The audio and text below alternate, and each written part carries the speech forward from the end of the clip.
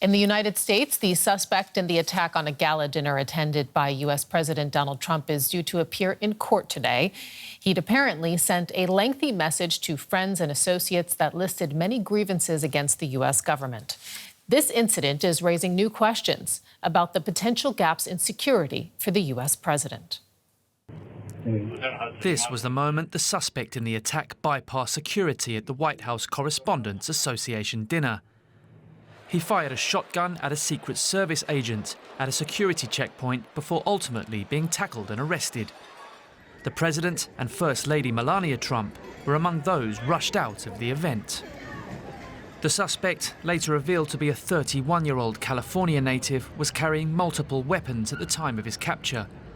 While the motivation for the attack is not yet known, he will be charged in federal court on Monday with assault of a federal officer, discharging a firearm and attempting to kill a federal officer. Trump told CBS the suspect, who had allegedly penned an anti-Christian manifesto, was psychologically unwell. I read a manifesto. He's radicalized. He was a Christian, a believer, and then he became an anti-Christian, and he had a lot of change. He's been going through a lot based on what he wrote. His brother complained about him and I think reported him to the police, and his sister likewise complained about him. His family was very concerned. He was probably a pretty sick guy. FBI agents were seen searching the suspect's home on Sunday. Neighbors are still reeling from the news. And to find out that the shooting was related to this guy, it's just crazy because we're literally right down the street. So all we had to do was go to the store, walk back, and saw everybody here.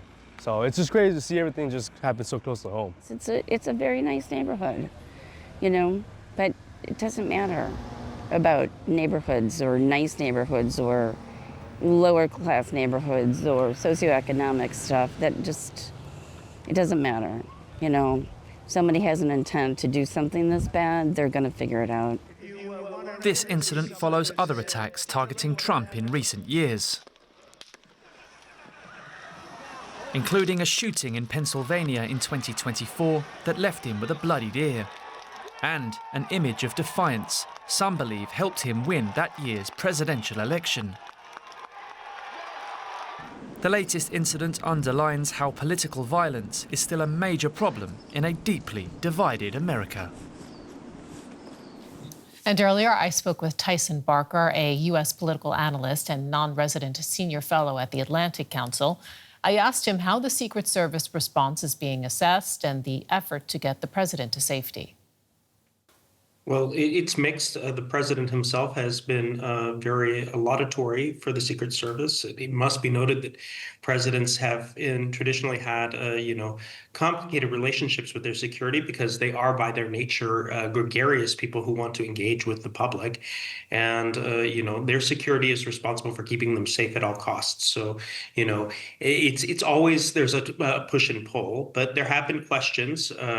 One particularly is about the level of security in the hotel, that there have been notes that perhaps the ID check was not stringent enough, that there was a large concentration of cabinet officials, including the vice president, present at the site.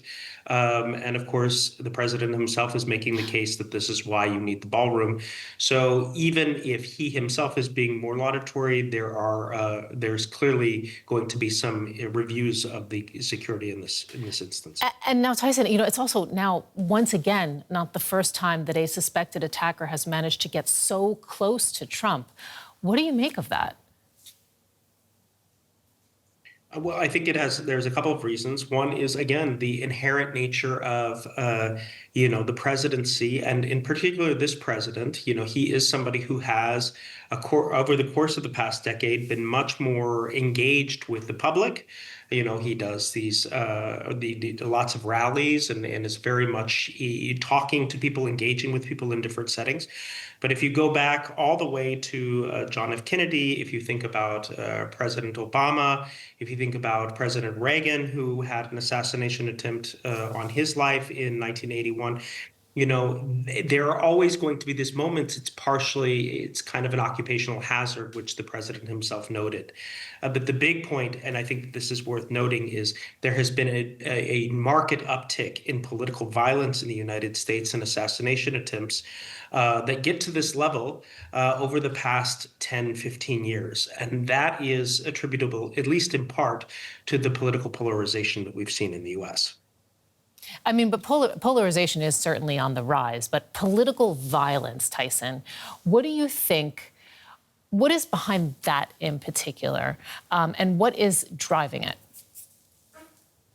I think there's a couple of factors. One is, it is matched by a violent rhetoric that you're seeing, including from the president himself. Politicians in the United States are much more likely to use the rhetoric of violence. We can just think about January 6th. We think about everything from you lock her up to any kind of incitement that happens rhetorically, which has become much more common. There's also an erosion of faith in institutions, and although that seems like it might not be related, because of that erosion of faith in institutions, there is a sense that the democratic process is not the appropriate release valve for political frustration. And for people on the margins, particularly those with violent inclinations, that makes them more likely to take up violence as a way to address political dissatisfaction. And obviously it's not common, but it is becoming more frequent, and that is worrying in and of itself.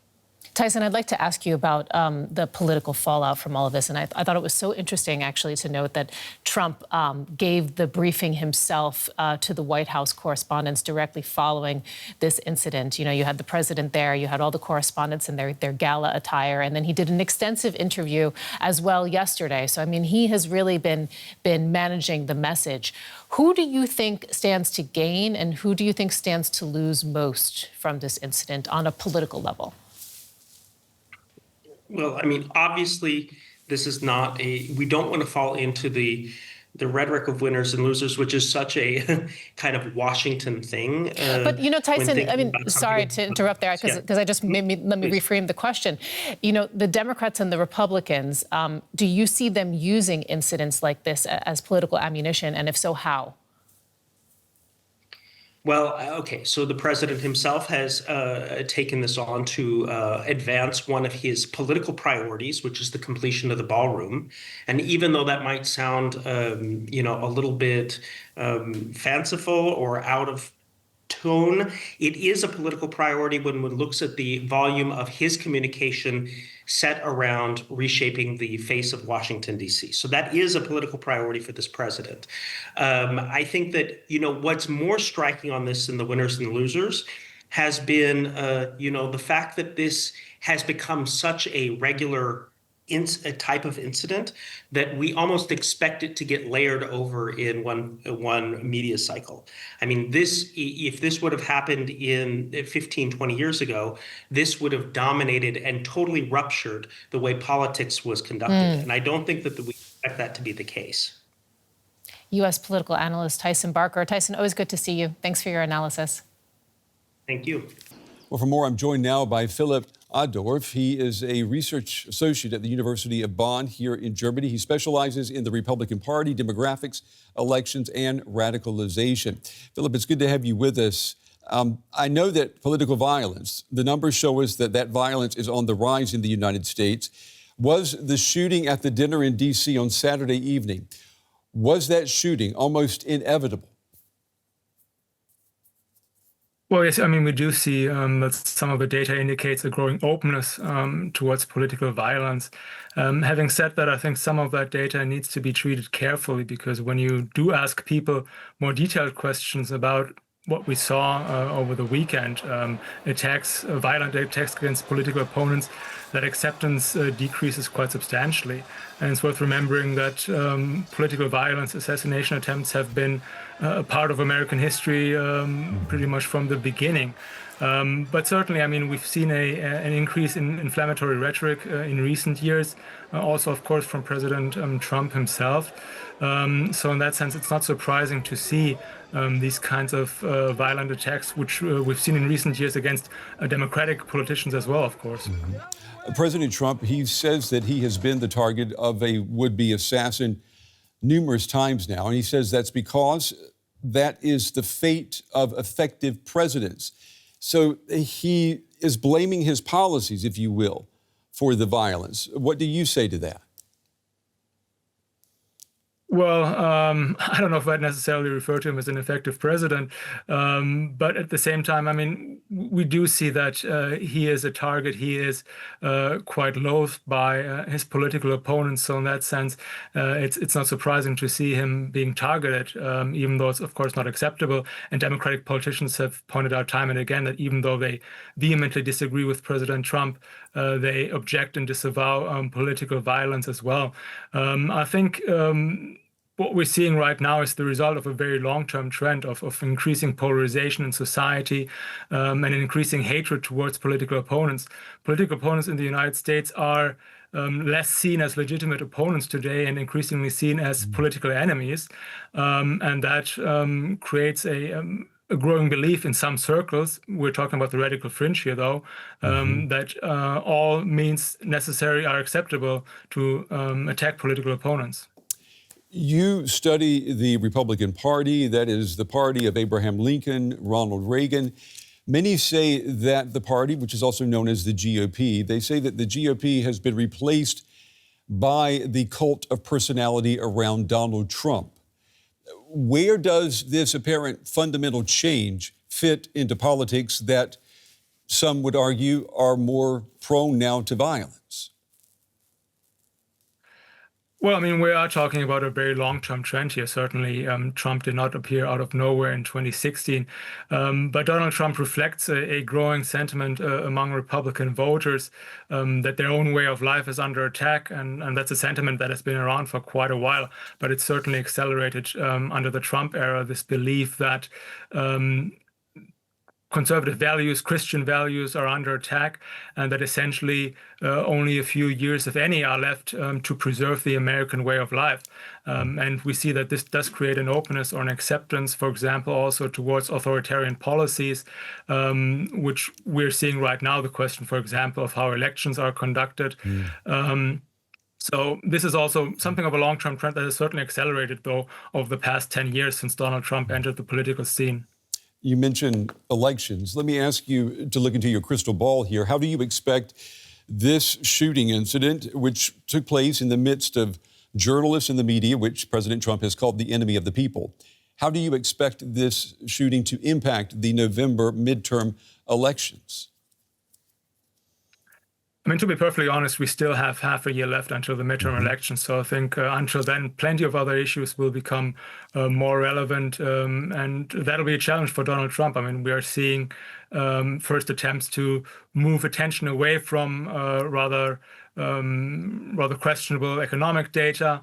And that's what voters right now care about. So we are definitely going to see, I think, increasing attempts by Republicans to present the election in a different light as once again a battle for essentially the preservation of American civilization. But I do doubt that this will have much of an impact. Right now, most indicators point towards a Democratic success, mostly because Donald Trump is increasingly unpopular across all issues. But I think what happened over the weekend will probably have very little influence on the midterm elections. Yeah, you make a good point that in politics, 6 months can seem like an eternity. Philipp, Adorf, we appreciate you taking the time to talk with us and help put this into context for us. Thank you.